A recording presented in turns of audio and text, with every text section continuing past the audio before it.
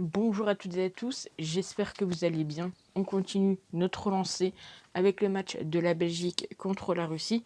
Encore une fois, un match qui est un petit peu plus avantagé une équipe à une autre, vu que le match se joue à Saint-Pétersbourg. Donc, si on regarde un petit peu les infos que Winamax nous donne, en plus des petites infos que je vais vous donner par rapport à la qualification à 7 €. Donc, grande chance que la Belgique s'impose face à la Russie. 5 victoires et 1 nul pour la Belgique. Ils sont à 53% de probabilité de chance. Donc le match se joue à Saint-Pétersbourg, capacité 61 000. Bien évidemment, il n'y aura pas autant de monde, je crois, mais il y aura des supporters. Donc c'est déjà plutôt bon signe. La Belgique donc qui s'est qualifiée pour cette Coupe du Monde en faisant un sans faute, 10 matchs, 10 victoires. Ils ont l'habitude de se qualifier. Depuis l'Euro 2016 manqué, ils sont en grande forme. Ils avaient fini 3e à la Coupe du Monde où ils sont un petit peu revanchards face à la France. Ça serait cool de voir un match entre guillemets France-Belgique juste pour voir un petit peu ce que ça pourrait donner. Et pourquoi pas embêter un petit peu plus nos amis belges en cas de victoire des Français, sinon il faudra s'attendre à se faire chambrer. Donc il y a des joueurs phares de cette équipe de Belgique, des joueurs qu'on connaît très bien. Donc encore une fois, je vous le dis, mais ça c'est la composition habituelle donc, des derniers matchs. Donc on retrouve Courtois dans les buts. On retrouve la défense qu'on connaît bien, Alderweireld, Vertonghen, Meunier, même si il commence à être un petit peu plus fatigué, Alderweireld, Vertonghen.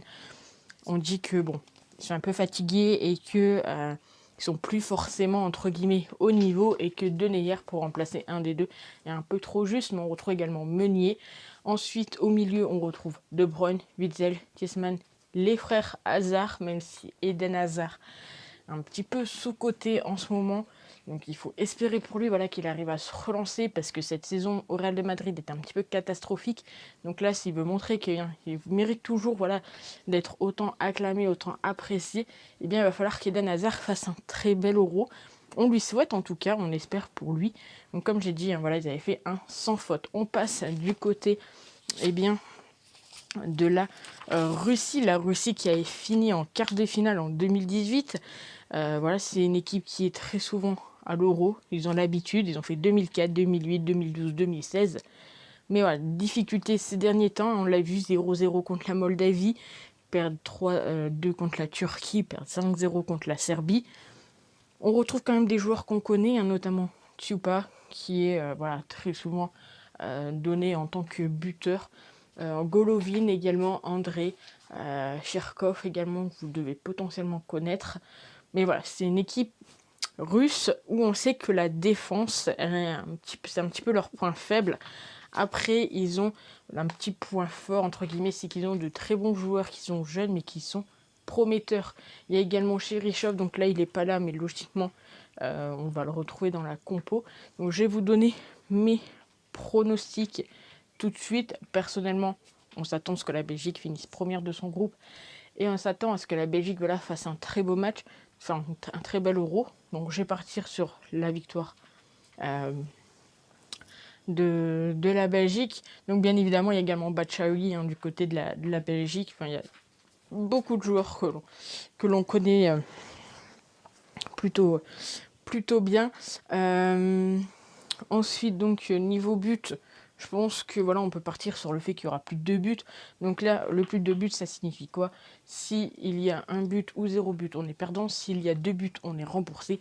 S'il y a 3 buts, on est gagnant. Donc c'est un petit peu mieux entre guillemets que le 1-5. Enfin, même si c'est un petit peu la même chose, c'est juste que la cote est un petit peu plus élevée. Un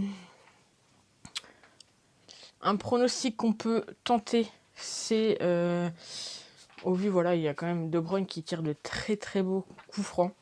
Pourquoi pas tenter un genre de but comme ça, donc au moins une des deux équipes marque sur coup franc direct, c'est coté à 7,50. On peut le tenter, on sait qu'il y a des très bons tireurs de coups francs.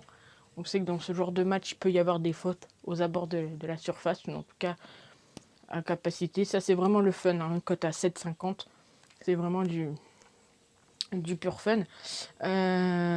But par équipe, je pense que la Belgique a vraiment les moyens de mettre au moins 2 buts dans ce match. C'est coté à 1,74. Donc je vais partir là-dessus. On sait que la faiblesse de la Russie, c'est la défense. Donc pourquoi pas voir la Belgique mettre au moins 2 buts à cette équipe de Russie.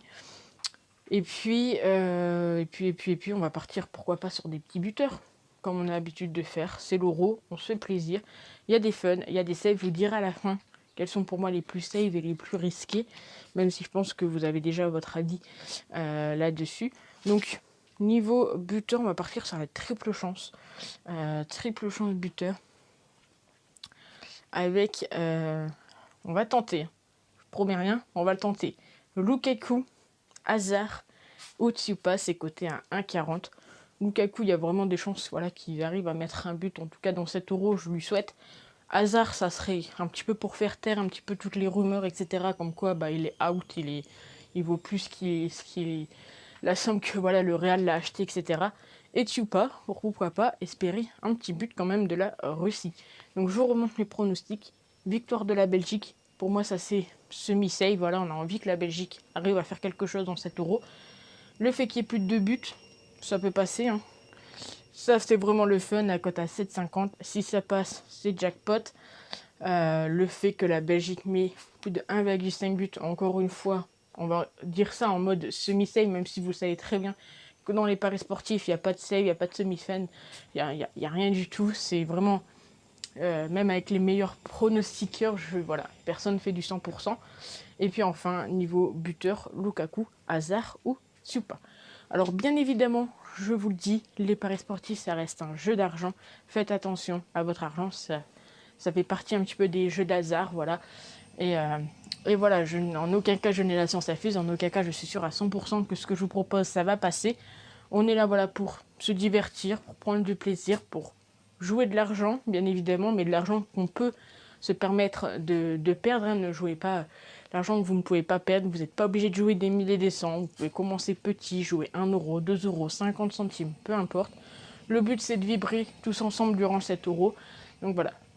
On se retrouve pour le dernier match, à savoir le match de la Finlande contre le Danemark.